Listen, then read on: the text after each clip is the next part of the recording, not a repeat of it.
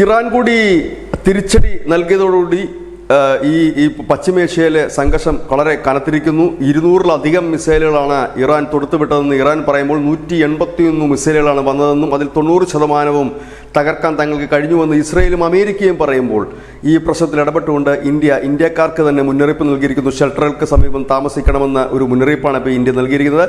ശക്തമായി തന്നെ ഞങ്ങൾ തിരിച്ചടിക്കുമെന്നും അതിൻ്റെ പ്രത്യാഘാതം ഗുരുതരമായിരിക്കുമെന്നും ഇസ്രയേൽ ഇതിനോടകം തന്നെ അറിയിച്ചു കഴിഞ്ഞിരിക്കുന്നു. അതുകൊണ്ട് ഈ പശ്ചിമേഷ്യയിൽ ഒരു വലിയ യുദ്ധം തന്നെ എന്ന് പറയേണ്ടി വരും. കഴിഞ്ഞ ദിവസങ്ങളൊക്കെ നമ്മൾ പറഞ്ഞതുപോലെ ഇറാൻ പ്രതികരിച്ചിരിക്കുന്നു.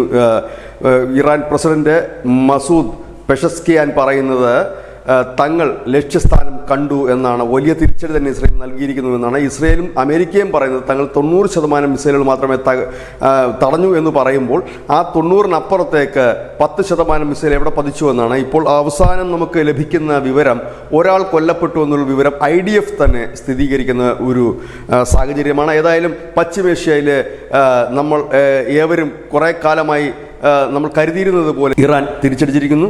അതായത് ഇറാൻ ഇസ്രായേൽ യുദ്ധത്തിലേക്ക് കാര്യങ്ങൾ നീങ്ങുന്നു എന്നൊരു വലിയ ആശങ്ക ലോകത്തിന് ഉണ്ട്. ഏതായാലും വലിയ രീതിയിൽ തന്നെ ഒരു ആക്രമണമാണ് ഇന്നലെ ഇസ്രായേൽ നടത്തിയിരിക്കുന്നത്. 181 ഇസ്രായേൽ പറയുമ്പോൾ 200-ലധികം മിസൈലുകൾ തൊടുത്തുവിട്ടുകൊണ്ട് ഇസ്രായേലിന്റെ ഹൃദയഭാഗത്ത് തന്നെ തങ്ങൾ വലിയ ആക്രമണം നടത്തിയിരിക്കുന്നുവെന്ന് ഇറാന്റെ പ്രസിഡന്റ് മസൂദ് പെഷസ്കിയാൻ പറയുന്നു. ഏതായാലും വലിയ യുദ്ധത്തിലേക്ക് തിരിച്ചടി നൽകുമെന്ന് ഇസ്രായേൽ കൂടി പറയുമ്പോൾ അത് ഏത് തരത്തിലേക്ക് എത്തുമെന്ന് കാത്തിരുന്ന് കാണേണ്ടി വരും. News desk news India Malayalam.